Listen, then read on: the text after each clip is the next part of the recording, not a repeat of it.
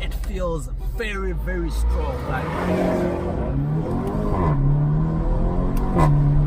Like throughout the rev range, it just pulls all the way to red line, which is. What is up, guys? Welcome back to the channel and welcome to a brand new video. Now today you join me for another car review. As you can see, I have with me the VW Golf GTI TCR, and we're once again reviewing one because it's actually been a few years since I've experienced one of these, and I thought, why not? Big thanks to the owner. Do check out his Instagram because he does post some cool content of this car. So yeah, I really do hope you guys enjoy this video. Let's get right into it.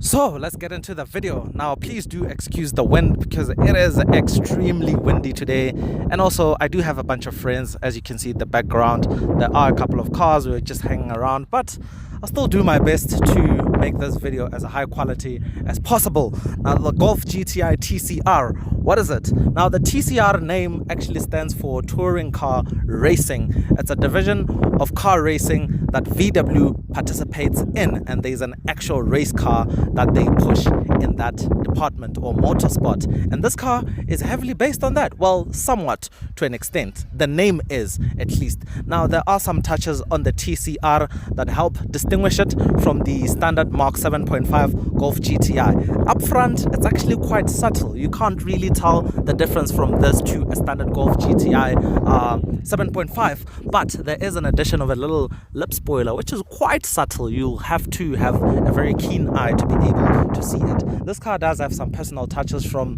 the owner, like the tinted headlights, the blacked out badges, but mostly it is pretty much stock, even the engine and performance, so as to say. Coming around to the side, there was a choice of two wheel options. The base wheel was an 18-inch, and you can get these upgraded 19 inches, and I feel like these look way better. You also get bigger brakes on the TCR. These are cross-ventilated and they are lifted straight from the Golf R. There's a little GTI badge on the brake caliper, which is painted in red, which looks absolutely cool. This badge, side fender GTI badge, is on pretty much all GTIs. There is a more aggressive side skirt, which does look really nice. A little TCR decal there, and these decal stickers, which I feel like split a lot of opinion. You either like them or you hate them. I think I would go without them. You could choose to deselect and not have those. On the TCR, you get a little gurney flap spoiler, which does help ever so slightly add a bit of some aggression touch to the car. Now I feel like the back view is the best view of the TCR, mainly because of that massive rear diffuser. I mean, it just stands out. Look at this thing. It's insane. You also have a free flow exhaust, which we'll get to here when we drive and stuff. Let's actually check out the interior.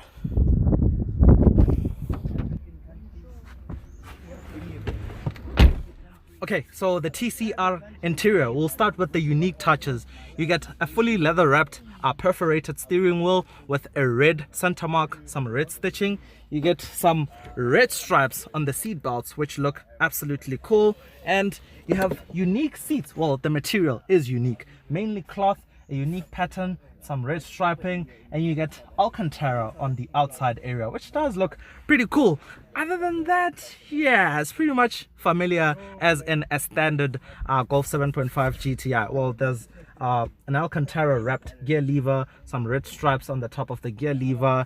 And one thing about the TCR is in South Africa, we only got 300 of these, and each and every single one is actually numbered. So on the passenger side, there's a little badge right there that tells you what number chassis you're in. This one is 75 of 300, which is quite cool. And like I said, everything else is familiar, typical Golf GTI interior stuff.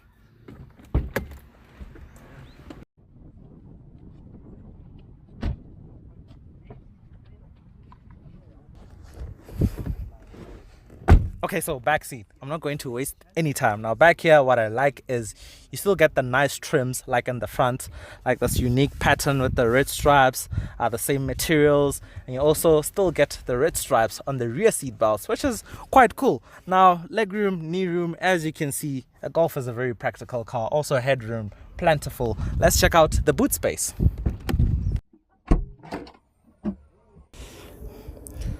So the TCR boot space, this is the same as in any other normal Golf, 380 liters of boot capacity, and you have this underneath room with a spare tire, and this floor is actually adjustable, so you can actually lower it just like that, and I have to do it one-handed, or you can put it in its normal raised position. You do have these two pockets on either side, so very practical, which is what you need in a hot hatch.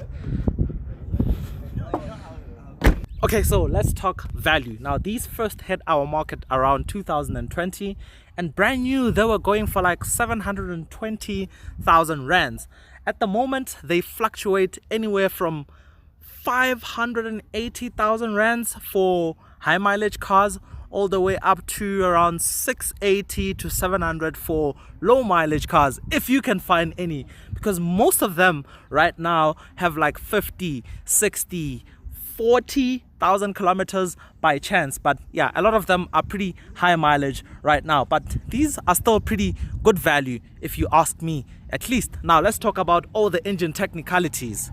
Okay, so the engine. Now this is the infamous EA888 2-liter turbo 4-cylinder, but in this case it's making 213 kilowatts, which is around 290 metric horsepower and 380 newton meters of torque. In SA, actually all TCRs worldwide were not offered with a manual gearbox, so they all come with the DSG transmission, which is a 6-speed. Now there's still the clever limited slip diff from the front, which is electronically controlled.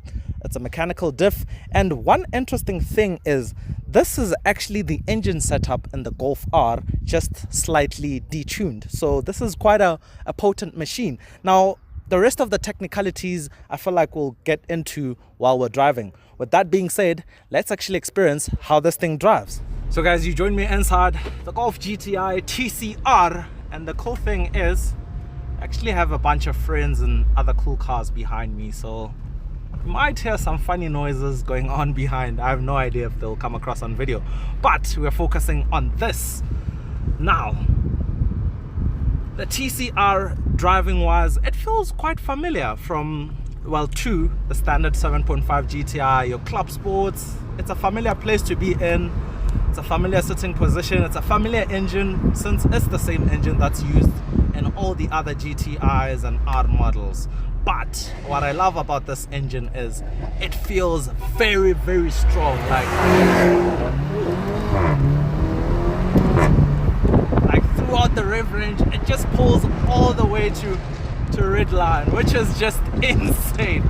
Man, these guys are driving like crazy, putting me under pressure. Yeah, you can really lean into it, and also the lightweight. This car weighs 1,239 kilos, which is insanely light. And oh man, that free flow exhaust is just insane. So we're going to tackle a bit of curves now, and this is where a GTI shines, especially compared to like an R, because you can really chalk it into curves, and it just feels so compliant.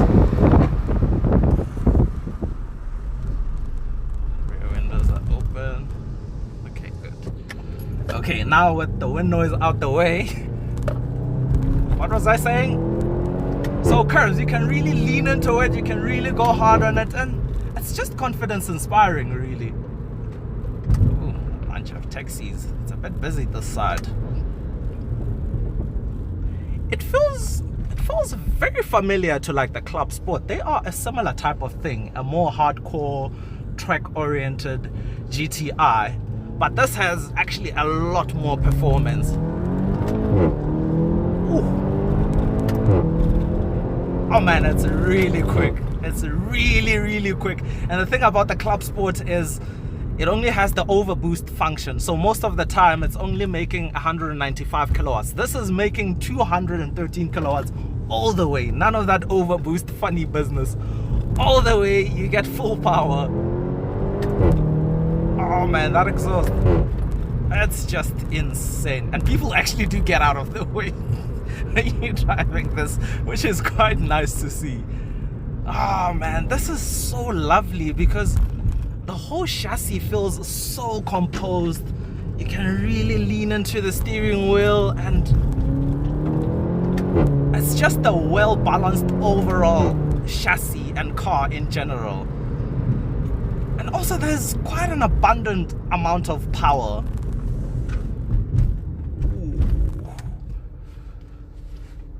And also remember what I said, brakes lifted straight from the Golf R.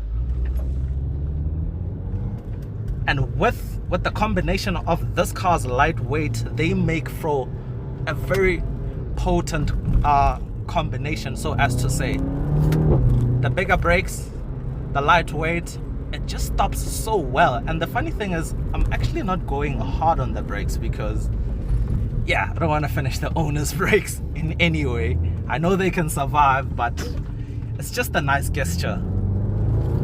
Oh.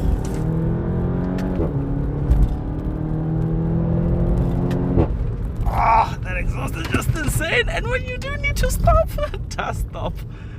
But it's actually nice to also have the windows open so you can hear the exhaust properly.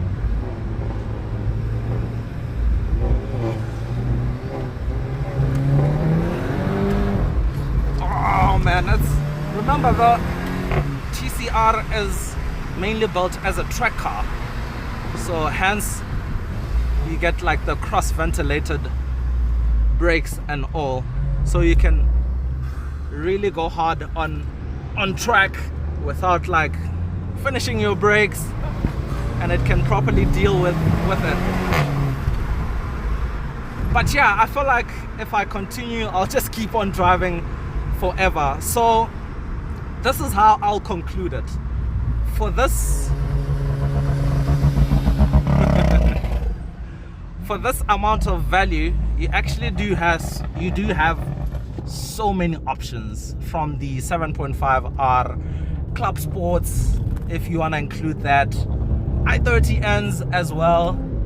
Speaking of i30N, this car feels somewhat more composed. It's literally as capable when it comes to curves, track performance, and overall performance, but the suspension feels more comfortable. The i30N just feels hardcore throughout. It doesn't really matter what mode you're in, it's just hardcore. So the nice thing about this is it can be nice and compliant, even though you do have an adaptive chassis where when you put it in sport, the dampers do stiffen up and all. But overall, as a package, it's a lot more comfortable than the i30N. Now, in terms of which one you want to go for, it's all about taste, and taste comes in a lot of way. In this case, the Golf R is all-wheel drive. It's much heavier, but you have the security of the all-wheel drive where you can lean into it. You can be a lot more confident with the throttle. You can go earlier on the throttle, whereas with a GTI, you do brake traction, you can't really launch properly, all of that. Similar thing with the i30N. And also i30N and this, it's all about which brand you prefer, which looks you prefer. But they actually fare up so close. Hey, they're actually so close. It's quite a tough one. And for me personally, even if I had to choose, it would be out of my own taste, and it would be difficult for me to say which one I prefer. So I'll actually leave it out to you guys. Just choose which one you'd take, or comment down below which car you'll go for this value of anywhere from, let's say, 550,000 rands all the way to 700,000 rands. Which car would you actually go for if you had that money to spend on a car? But nonetheless, I really do hope you guys enjoyed this video, and until next time, that's cheers from me.